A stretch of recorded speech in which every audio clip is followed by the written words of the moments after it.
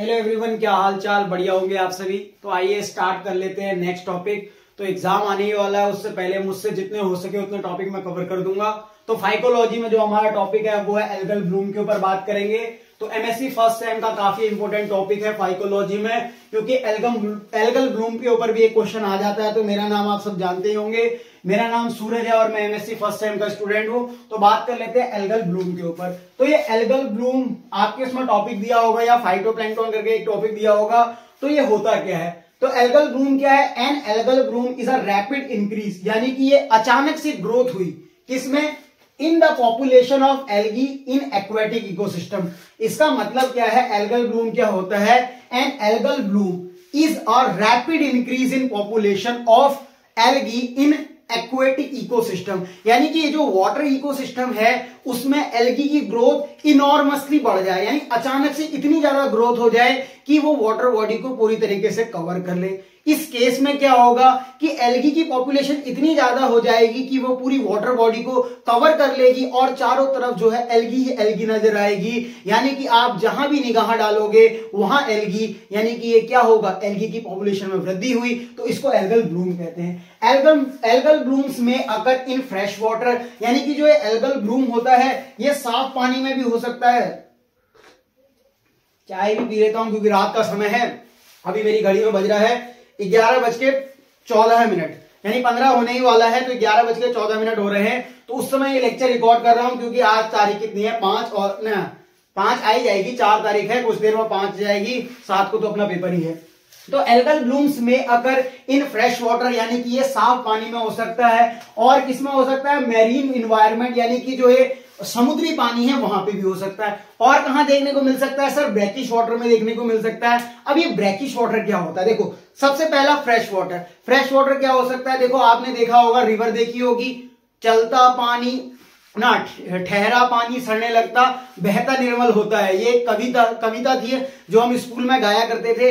तो इसमें होता क्या है कि जो वाटर जो है रिवर होती है वो एक हिसाब से फ्रेश वाटर होता है, तो उसमें भी एल्गी की मात्रा बढ़ सकती है। और क्या होता है? जो रुका हुआ वाटर होता है, जैसे तलौआ आपने देखा होगा, हम तो जनरली उसे तलौआ कहते हैं, तालाब कहते हैं, तो उसमें भी हो सकता है। और ब्रैकिश वाटर क्या होता है सर? ब्रैकिश वाटर वो वाटर होता है जहां पे फ्रेश वाटर मिक्स होता है मैराइन वाटर, या फिर क्या कहते हैं, न्यूट्रिएंट इनरिचमेंट वो वाटर के संग, यानी कि जहां पे जैसे आपने देखा होगा नदी जब एटलीस्ट समुद्र में मिलती है तो उस जगह पे वाटर कैसा होता है? ब्रैकिश वाटर होता है। Result of an excess nutrient particularly phosphorus and nitrogen, यानी कि इसमें क्या होता है? ये जब कब होता है एल्गल ब्लूम, यानी कि एल्गल अपनी संख्या में कब वृद्धि करती है, एल्गी कब बढ़ जाती है? तो उसका रीजन ये होता है जब इनॉर्मसली इंक्रीज हो जाए फास्फोरस और नाइट्रोजन में। सर ये फास्फोरस और नाइट्रोजन को वर्ड को सुन के हमें कुछ याद आ रहा है। क्या याद आ रहा है? यूट्रोफिकेशन हमने पढ़ा था। यूट्रोफिकेशन क्या होता है?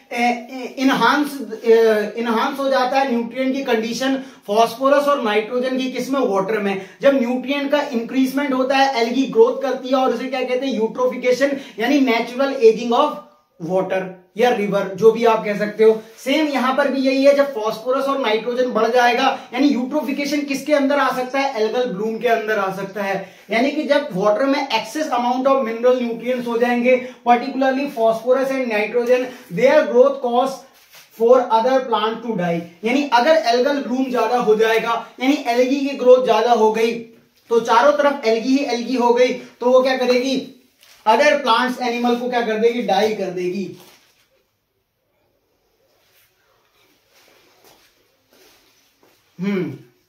फिर आगे बढ़ते हैं डेफिनेशन ऑफ एचएबी। सर ये एचएबी का मतलब क्या है? आप ये बताओ, डेफिनेशन ऑफ एचएबी है क्या?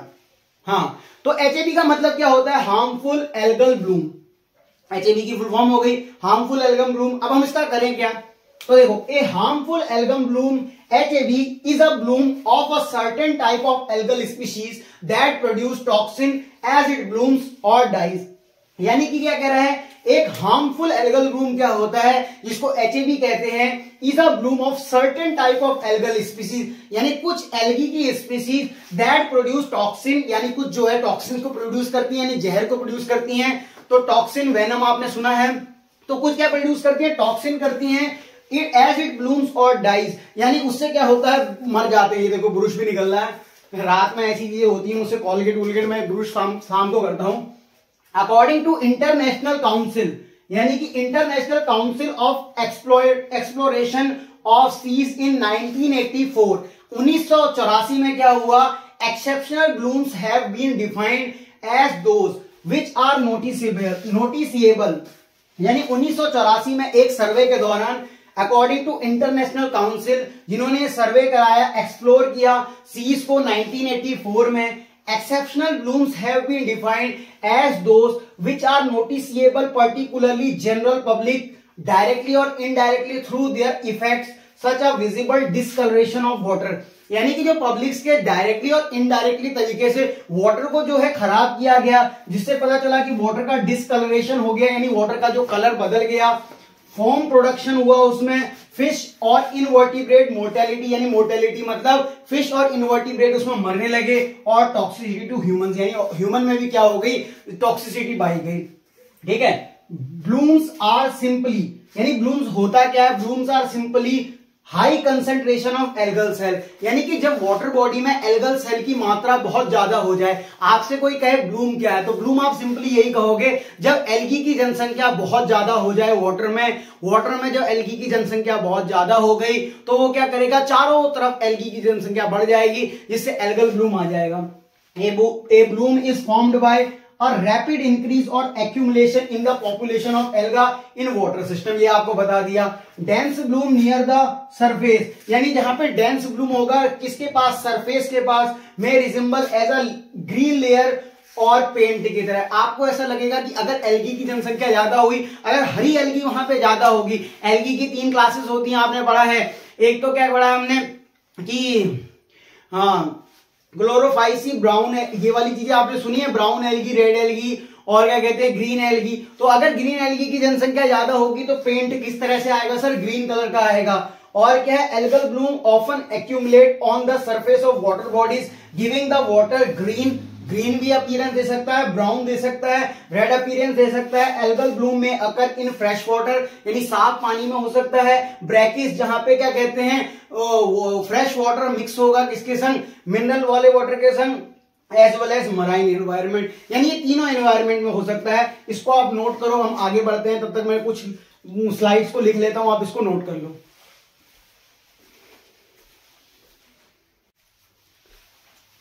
अब आगे बात कर लेते हैं, क्योंकि अब तक हमने एल्गल ब्लूम के बारे में जो सब कुछ जान लिया है थोड़ा बहुत। अब बात करते हैं जो एल्गल ब्लूम है, यानी जो ब्लूम है इसको किस तरह क्लासिफाई किया गया। तो bloom species can be classified into 3 ways होगा या 3 टाइप्स होगा। एक बार मैं देख लूं जरा, 3 डिफरेंट ग्रुप्स है, ठीक है, 3 डिफरेंट ग्रुप में बांटा गया है, डिफरेंट ग्रुप्स। क्या कह रहा है ये हेडिंग आपसे कह रही है, Bloom species can be classified into 3 different groups. बात कर लेते हैं उन ग्रुप्स की। तो पहला फर्स्ट है produce harmless water discoloration but the dense bloom और decomposition can cause anoxia and lead to indiscriminate mortality of marine life. इसका मतलब क्या है, कह रहा है कुछ ऐसे प्रकार के ब्लूम्स होते हैं जो हार्मलेस होते हैं, यानी कि जो वाटर को जो है हार्म नहीं करते, यानी उसको कोई नुकसान नहीं पहुंचाते, परंतु डिसकलरेशन कर देते हैं। बट द डेंस ब्लूम और डीकम्पोजिशन, ये जब इतने ज्यादा घने हो जाते हैं तो वो डिकम्पोज करने लगते हैं और कॉज कर सकते हैं एनोक्सिया और लीड करते हैं इनडिस्क्रिमिनेट मोर्टेलिटी, यानी मारने का काम करते हैं किसको, मैरीन लाइफ को।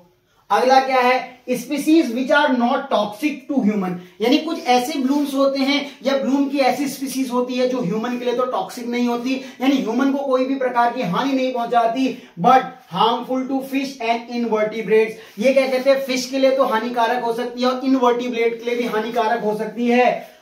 Bye damaging closing of fish gills, ये क्या करती है कि उन डैमेज कर देती है फिश के गिल्स को। जब गिल्स ही डैमेज हो जाएंगे तो वो रेस्पिरेशन नहीं कर पाएंगे, सांस नहीं ले पाएंगे, जिससे क्या हो जाएगी, मैरीन लाइफ खत्म होने लगेगी।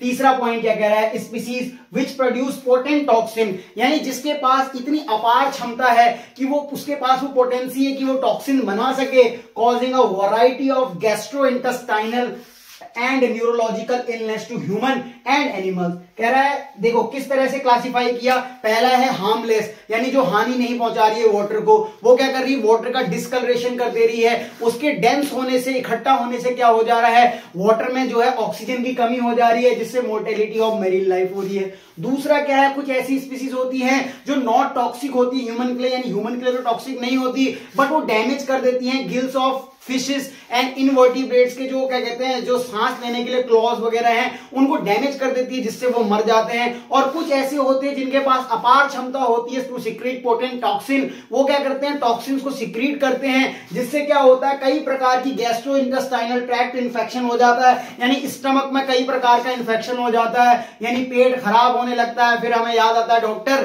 तो गैस्ट्रो इंटेस्टाइनल ट्रैक्ट हो जाता है। और क्या प्रॉब्लम हो सकती है, न्यूरोलॉजिकल इलनेस, यानी दिमाग से भी आदमी पैदल हो सकता है, यानी न्यूरोलॉजिकल प्रॉब्लम हो सकती है, क्योंकि अगर वो टॉक्सिन प्रोड्यूस करेगा तो वो हमारे ब्रेन में भी कहीं ना कहीं इंपैक्ट करेगा, क्योंकि हम वो सी फूड खाएंगे तो उससे क्या होगा, वो हमारे जब शरीर में इंटेक होगा तो हमारे दिमाग को भी खराब करेगा और पेट को भी खराब करेगा। और क्या करेगा, ह्यूमंस एंड एनिमल्स, कुछ जानवरों में भी कर सकता है। बात कर लेते हैं, ये 3 टाइप की हो गई कि जो ब्लूम्स है उसको क्लासिफाई किया था 3 डिफरेंट ग्रुप्स में। अब क्या है, टाइप्स ऑफ एल्गल ब्लूम, यानी एल्गल ब्लूम किस प्रकार का होता है, तो उनके बारे में बात कर लेते हैं। एक मैंने हेडिंग डाली है fresh water algal Bloom, marine water algal Bloom भी होता है, उसके बारे में बाद में बात करेंगे। पहले जान लेते हैं फ्रेश वाटर एल्गल ब्लूम क्या होता है। तो टाइप्स ऑफ एल्गल ब्लूम में सबसे पहला है फ्रेश वाटर एल्गल ब्लूम।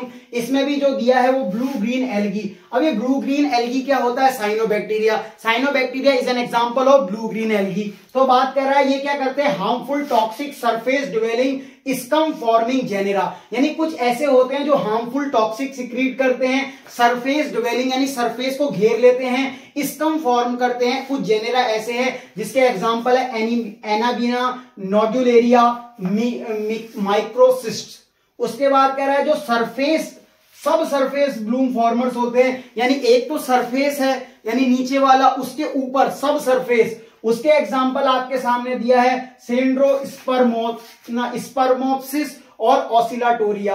तो ये क्या थे, फ्रेश वाटर एल्गल ब्लूम थे, जो फ्रेश वाटर को खराब करते हैं, उसमें जो हार्मफुल टॉक्सिक सिक्रीट करते हैं, सरफेस ड्वेलिंग होती हैं, स्कम फॉर्मिंग जेनेरा कौन से आपको एग्जांपल याद होने चाहिए, एनाबीना, नोडुलेरिया, माइक्रोसिस्ट। और जो सब सरफेस ब्लूम फॉर्मर्स होते हैं वो कौन से होते हैं, एक तो है सिलिंड्रोस्पर्मोसिस और ऑसिलाटोरिया। अब बात कर लेते हैं इफेक्ट्स ऑफ एल्गल ब्लूम्स की, यानी ये जो एल्गल ब्लूम है जो कि फ्रेश वाटर में होता है वो किस प्रकार का इफेक्ट शो करता है। फर्स्ट है इफेक्ट्स ऑन वाटर, ये वाटर में किस प्रकार का इफेक्ट शो करता है। टाइनी माइक्रोस्कोपिक एल्गी जो होती है ऑल्सो कॉल्ड फाइटोप्लैंक्टन, यानी जो ऐसी मतलब क्या कहते हैं माइक्रोस्कोपिक एल्गी है जो कि टाइनी है, छोटी है, उसको फाइटोप्लैंक्टन भी कहते हैं। मल्टीप्लाई करती है रैपिडली, यानी अपनी ग्रोथ को तेजी से बढ़ाती है व्हेन एल्गल ब्लूम अकर, यानी जब एल्गल ब्लूम हो जाता है तो वाटर में इस प्रकार का इफेक्ट हो सकता है। इफेक्ट्स ऑफ एक्वेटिक ऑर्गेनिजम्स, यानी जो वाटर में रहने वाले ऑर्गेनिज्म है उनको एक्वेटिक ऑर्गेनिजम्स कहते हैं, उनपे क्या शो करता है, तो नेगेटिव इफेक्ट शो करता है। यानी एक होता है पॉजिटिव इफेक्ट, एक होता है नेगेटिव इफेक्ट।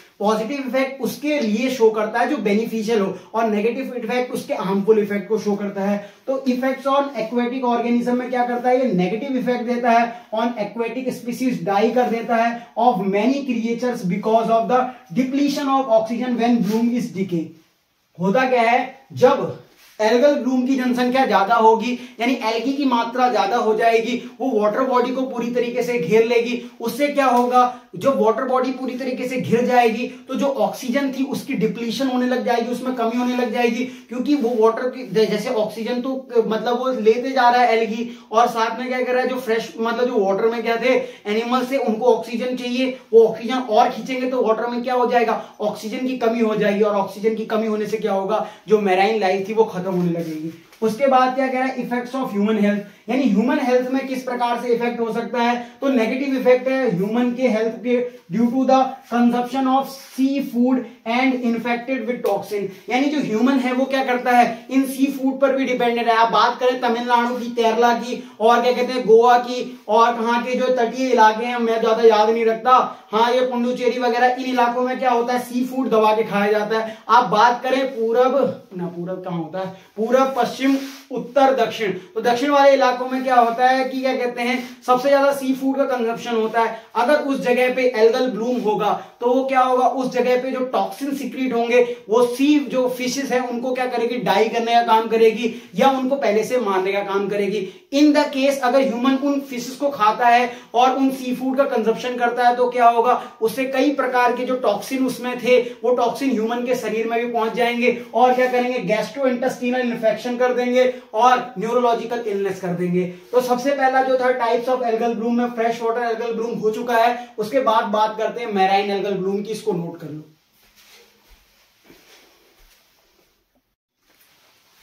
हाँ, तो आगे बात कर लेते हैं मैराइन एल्गल ब्लूम के बारे में, क्योंकि हमने जो है अभी इससे पहले फ्रेश वाटर एल्गल ब्लूम पढ़ लिया है। तो कल रात को जो है 12-15 हो गया था तो मैं लेक्चर रिकॉर्ड नहीं कर पाया था। आज जो है अभी 8 बजने वाला है, 7:40 ना, हाँ 7:40 होने वाला है, तो लेक्चर को आगे बढ़ाते हैं। तो मैराइन एल्गल ब्लूम क्या होता है, तो मैराइन एल्गल ब्लूम क्या है, देखो marine algal bloom can appear as red water discoloration, यानी कि जो मैराइन एल्गल ब्लूम होता है उसमें वाटर जो है रेड कलर का हो जाता है, डिसकलरेशन ऐसा लग रहा है जैसे ब्लड ही होगा, ठीक है वहां पे। Commonly referred to as red tides, इसको रेड टाइड्स भी कहते हैं, और a range of other discoloured water from green, yellow and brownish to an oily or milky appearance, यानी जो वाटर की जो अपीयरेंस हो जाती है वो एक हिसाब से मिल्की अपीयरेंस हो जाती है। The most noxious cyanobacterial bloom genera are capable to fixing atmospheric nitrogen, जो कि एग्जाम्पल है एनाबीना, एम्फेनी जोमेनॉन और स्पर्मोप्सिस और नोडुलेरिया, ठीक है। और ये मराइन एल्गल ब्लूम कॉज कौन कौन करते हैं, तो उनके नाम जो आपको दे रखे हैं, यानी बेसिलियोफाइसी में से है डायटम्स, डायनोफाइसिए में से है डायनोफ्लैजिलेट्स, प्रीमेनो इसियोफाइसी में से है गोल्डन ब्राउन फ्लैजिलेट्स, और उसके बाद है काइरोसोफाइसिए में से है गोल्डन ब्राउन एल्गी, और फिर है रैपिडोफाइसिए में से है क्लोरोमोनेट्स, और उसके बाद है डिक्टियोफाइसिए में से है सिलिकोफ्लैजिलेट्स, और साइनोफाइसिए में से है marine algal blue green algae. अब इसके जो क्या कहते हैं कुछ और प्रकार के एल्गल ब्लूम होते हैं, जैसे कि ग्रीन एल्गल ब्लूम जो कि कॉज करता है यूग्लिना ब्लूम, और माइक्रोसिस्टिस ब्लूम, एनाबीना ब्लूम है, और फिलामेंटस एल्गल ब्लूम है, जैसे कि स्पाइरोगायरा, क्योंकि जो स्पाइरोगायरा होता है वो फिलामेंटस होता है, तो ये फिलामेंटस एल्गल ब्लूम शो करता है। उसके बाद है ऑसिलाटोरिया, क्लोरेला, नोस्टॉक, उडोगोनियम, चारा ऑल्सो कॉजेस एल्गल ब्लूम। उसके बाद अब ये एल्गल ब्लूम हो गया मैराइन में, तो इसके क्या इफेक्ट पड़ेंगे, and commerce other human activities, यानी ह्यूमन एक्टिविटीज में किस प्रकार के फर्क पड़ेंगे इस एल्गल ब्लूम के माध्यम से। The fishing industry is a victim of harmful algal bloom causes a rapid die of fish, so fisherman either can not fish और bring in a much smaller catch that reduces the income, यानी होगा क्या कि जैसे ही algal Bloom होगा तो क्या होगा, सारी ऑक्सीजन का ये यूटिलाइजेशन कर लेंगे, वाटर में जो अवेलेबल जो फिशेस हैं उनको ऑक्सीजन नहीं मिल पाएगी, जिसके कारण फिश जो है काफी मरने लग जाएंगे, उनका जो है मतलब मोर्टेलिटी रेट बढ़ जाएगा। तो इस कंडीशन में क्या होगा, जो फिशरमैन होंगे, हमारे मछुआरे होंगे, वो वाटर में से फिशेस को कलेक्ट नहीं कर पाएंगे। अगर वो फिशेस को कम कैच करेंगे तो होगा क्या, जब उसको वो सेल करने जाएंगे तो ज्यादा फिशेस होंगी नहीं, तो बिकेंगी कम। इसके रिजल्ट में क्या होगा, जैसे ही फिशेस की संख्या घटने लग जाएगी तो उनकी इनकम भी घटने लग जाएगी। कह रहा poor aesthetic spoil recreation and tourism. देखो वाटर बॉडीज अगर पॉल्यूटेड होंगी तो टूरिज्म घटेगा, जैसे कि आपने देखा होगा बीच के किनारे काफी लोग एंजॉय करने आते हैं, गोवा वाले बीच में ऐसे वाले जो सीन है, मतलब ऐसे गाने हैं जो आपने सुने होंगे, और भी कई हैं समुद्रों के किनारे जो गाने चलते हैं, उन गानों में देखना कि आप जो टूरिस्ट आए होते हैं वो क्या कहते हैं घटने लग जाते हैं, क्योंकि वाटर अगर पॉल्यूटेड होगा तो ऐसे पॉल्यूटेड एरिया में लोग आना पसंद नहीं करेंगे। तो इससे एक नुकसान ये होगा, टूरिज्म भी घटने लगेगा, तो इनकम की कमी हो जाएगी।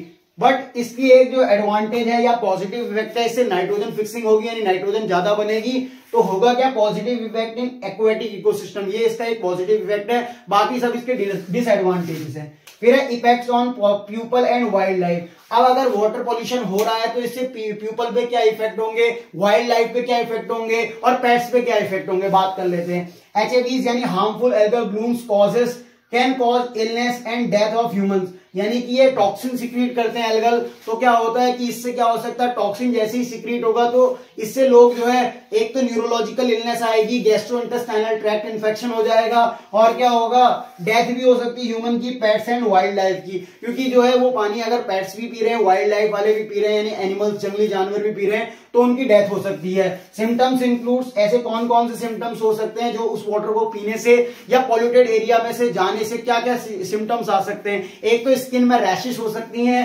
उसके बाद मसल क्रैम्प्स हो सकता है, ट्विस्टिंग हो सकता है, पैरालिसिस भी हो सकता है यानी कि आदमी पैरालाइज भी हो सकता है, नोजिया एंड वॉमिटिंग यानी कि उल्टी आने की संभावना, और उल्टी आ भी सकती है, कार्डियक रेस्पिरेटरी फेलियर यानी कि जो है हार्ट फेल होने की कंडीशन आ सकती है, कार्डियक डिजीजेस हो सकती हैं, एक्यूट लिवर फेलियर हो सकता है क्योंकि अगर आप जो है पॉल्यूटेड वाटर पिएंगे तो लिवर में इंफेक्शंस आ सकते हैं, तो एक्यूट लिवर फेलियर होगा जिससे क्या होगा, आपको इंफेक्शन की संख्या ज्यादा बढ़ने लग जाएगी।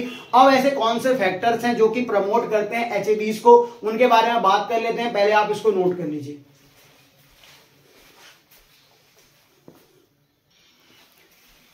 तो आगे बात करते हैं फेवरेबल कंडीशंस फॉर HABs, यानी कि वो कौन सी फेवरेबल कंडीशन है जो कि क्या कहते हैं हार्मफुल एल्गल ब्लूम्स को सपोर्ट करती है। तो पहला है कंडीशंस विच प्रमोट HABs इंक्लूड, यानी वो कौन सी कंडीशन है जो हार्मफुल एल्गल ब्लूम्स में इंक्लूड है। पहला है सनलाइट, अगर सनलाइट ज्यादा होगा तो सैलिनिटी ज्यादा होगा। सैलिनिटी क्या होता है कि वाटर के इवेपोरेशन से जो नमक की कंसंट्रेशन है वो बढ़ जाएगी। इंक्रीज इन न्यूट्रिएंट्स, यानी न्यूट्रिएंट्स अगर आप बढ़ाओगे तो क्या होगा, सैलिनिटी बढ़ेगी, और साथ में क्या होगा, HABs को जो है प्रमोट करेगी। लो फ्लो कंडीशन, अगर वाटर जो है फ्लो नहीं कर पा रहा है, एक जगह के पर स्टैग्नेंट है यानी ठहरा पानी सड़ने लगता, बहता निर्मल होता है, तो स्टिल वाटर भी इसकी एक कंडीशन है। Release of nutrient from sediments, यानी कि जो चट्टानों के द्वारा जो क्या कहते हैं न्यूट्रिएंट्स आ रहे हैं वो। रिड्यूस्ड ग्रेजिंग बाय प्रेडेटर्स, अगर प्रेडेटर्स क्या कर रहे हैं, उस घास को कम खा रहे हैं यानी एल्गी को कम खा रहे हैं। हाई टेम्परेचर, टेम्परेचर ज्यादा है, लो सैलिनिटी है। उसके बाद बात करें हम क्या कहते हैं टेम्परेचर की, तो टेम्परेचर क्या होता है कि increase thermal stratification, decrease viscosity of water, increase temperature by absorbing sunlight. तो एक ये भी रीजन है। मॉनसून है, summer monsoon leads to seasonal oscillations in the form of active and weak rainfall. It causes sudden change in salinity and water temperature, यानी वो क्या करता है, वाटर टेम्परेचर को चेंज करता है, सैलिनिटी को भी चेंज करता है, जिससे क्या होता है, एल्गल ब्लूम बढ़ता है। कोस्टल अपवेलिंग, इसका मुझे मतलब नहीं पता, बट ये डेफिनेशन क्या कह रही है, leads to high nutrient condition, high primary production, causes oxygen depletion, यानी प्राइमरी प्रोडक्शन ज्यादा होगी तो क्या होगा, ऑक्सीजन की कंज्यूम ज्यादा होगी, तो ऑक्सीजन का डिप्लीशन हो जाएगा, जिससे क्या होगा, एल्गल ब्लूम बढ़ जाएगा। बात करें factors that contributed algal Bloom, वो कौन से फैक्टर हैं जो कि एल्गल ब्लूम में कंट्रीब्यूट करते हैं। पहला है सैलिनिटी। सैलिनिटी क्या होती है, climate change lead to increase evaporation rate, अगर इवेपोरेशन रेट ज्यादा होगा तो वाटर जो है ज्यादा इवेपोरेट होगा, पानी की मात्रा ज्यादा इवेपोरेट होगी तो क्या होगा, न्यूट्रिएंट्स की संख्या बढ़ने लग जाएगी। Increase salinity favour the growth of algal Bloom. फिर है carbon dioxide, increase carbon dioxide level in aquatic ecosystem triggers algal Bloom, क्योंकि अगर कार्बन डाइऑक्साइड ज्यादा होगी तो एल्गल ब्लूम बढ़ जाएगा। यूट्रोफिकेशन, अगर ये आपको नहीं पता है तो इसके लिए लेक्चर आप सर्च करें, सूरज सर क्लासेस यूट्रोफिकेशन लेक्चर, तो वहां मिल जाएगा। यूट्रोफिकेशन क्या होता है, सडन एनरिचमेंट ऑफ न्यूट्रिएंट्स। अब मैं ये नहीं कि पूरा आपको जो है यूट्रोफिकेशन यहाँ पे समझाने लग जाऊं, क्योंकि हमारा जो डेफिनेशन चल रहा है वो एल्गल ब्लूम के ऊपर हो रहा है, इसको नोट करो। कुछ और फैक्टर्स हैं उनको बात करते हैं। तो बात कर लेते हैं mitigation and control of harmful algal blooms. तो देख रहे होगे आप एल्गल ब्लूम को कितने डिटेल में पढ़ाया गया है, MSc के नोट्स में आपको मजा आ जाएगा लिखने में। तो बात कर लेते हैं mitigation and control of harmful algal bloom. The principle of controlling HABs are to decrease the algal cell density, stops its rapid proliferation and mitigates its harmful effects। यानी अगर आपको जो है एल्गल ब्लूम को खत्म करना है, उसके हार्मफुल इफेक्ट को कंट्रोल में करना है, तो आपको कुछ ऐसे मेथड अपनाने पड़ेंगे। जैसे methods can be divided into 3 type based on the mechanisms action, यानी कि जो मेथड्स हैं उनको डिवाइड किया गया है 3 बेसिस पे, उनके मैकेनिज्म एक्शन के बेस पे। पहला है फिजिकल मेथड, सेकंड है chemical method and third is biological method. Physical method की बात कर लेते हैं, the control strategies of HABs। Methods में फिजिकल मेथड है, प्रिंसिपल और एडवांटेज और डिसएडवांटेज की बात करेंगे। फिजिकल मेथड में क्या लिख रहा है, उसका जो प्रिंसिपल है किस सिद्धांत पे कार्य करता है, skimming algal flocs using boat after air flotation, यानी आपको जो है एल्गी को खत्म करना है या हटाना है किसके द्वारा, बोट आफ्टर फ्लोटेशन यानी बोट चलाने के बाद। Isolation by fence and oil spill collector, आपको जो है अलग करने हैं, आइसोलेट करने हैं स्पिल कलेक्टर्स को। Lysis by ultrasonic and electromagnetic waves and the electrolysis. इसका जो एडवांटेज है उससे क्या होगा, सिंपल इजी टू ऑपरेट है, एनवायरमेंट फ्रेंडली है, यानी कि ये पर्यावरण को कोई भी प्रकार का नुकसान नहीं पहुंचाता। परंतु इसकी डिसएडवांटेज क्या है, हाई कॉस्ट लग जाती है, यानी खर्चा बहुत ज्यादा होता है। Only can be used in a small scale water, यानी अगर आप छोटे पानी में ऐसा यूज कर रहे हो, तालाब और क्या कहते हैं रिवर में, तो इसमें बहुत सारा पैसा लग रहा है। Lysis of toxic algae can release toxin to water, ये जो इसको तोड़ने के लिए यानी एल्गल ब्लूम को तोड़ने के लिए क्या होगा, वो टॉक्सिन सिक्रेट करेंगे, क्योंकि मारने के लिए भी तो टॉक्सिन चाहिए। उससे क्या होगा, वाटर पॉल्यूटेड वो वैसे भी हो जाएगा। सेकेंड है केमिकल मेथड, क्या है, killing by example inorganic killing reagent, यानी आपको कुछ इनऑर्गेनिक किलिंग रिएजेंट लेने हैं, यानी आपको केमिस्ट्री की सहायता लेनी है। केमिस्ट्री की सहायता में जैसे आप क्यूप्रिक सल्फेट ले सकते हो, हाइड्रोजन पेरोक्साइड ले सकते हो, सोडियम हाइपोक्लोराइड ले सकते हो, ये एल्गी को मारने का काम करते हैं। Flocculating by example flocculating setting including inorganic organic microbial flocculants, clay mineral settings such as the kaolinite and montmorillonite, ये भी ले सकते हो आप। इसके एडवांटेज और डिसएडवांटेज क्या है, एडवांटेज क्या है, takes effect the fast easy to store and transport, यानी इसका जो है आप आसानी से एक जगह से दूसरी जगह भी ले जा सकते हो, ट्रांसपोर्ट कर सकते हो। डिसएडवांटेज क्या है, potential secondary pollution non specific, यानी जो ये सेकेंडरी पॉल्यूशन जो कर रहा है उसके लिए नॉन स्पेसिफिक है। May cause harmful to the non HABs organism, जरूरी नहीं कि ये सिर्फ एचएबीज वाले को ही मारे, यानी हार्मफुल एल्गल ब्लूम को ही मारेंगे, ये नॉन स्पेसिफिक होता है, ये अदर चीजों को भी मार सकता है। Lysis of toxic algae can release toxin to water, यानी ये वाटर में टॉक्सिन भी रिलीज कर सकते हैं। तो ये था क्या, केमिकल मेथड, और लास्ट मेथड बताया बायोलॉजिकल मेथड। उसके बाद जो है एचएबीज वाला टॉपिक पूरी तरीके से खत्म हो जाएगा, इसको नोट करो।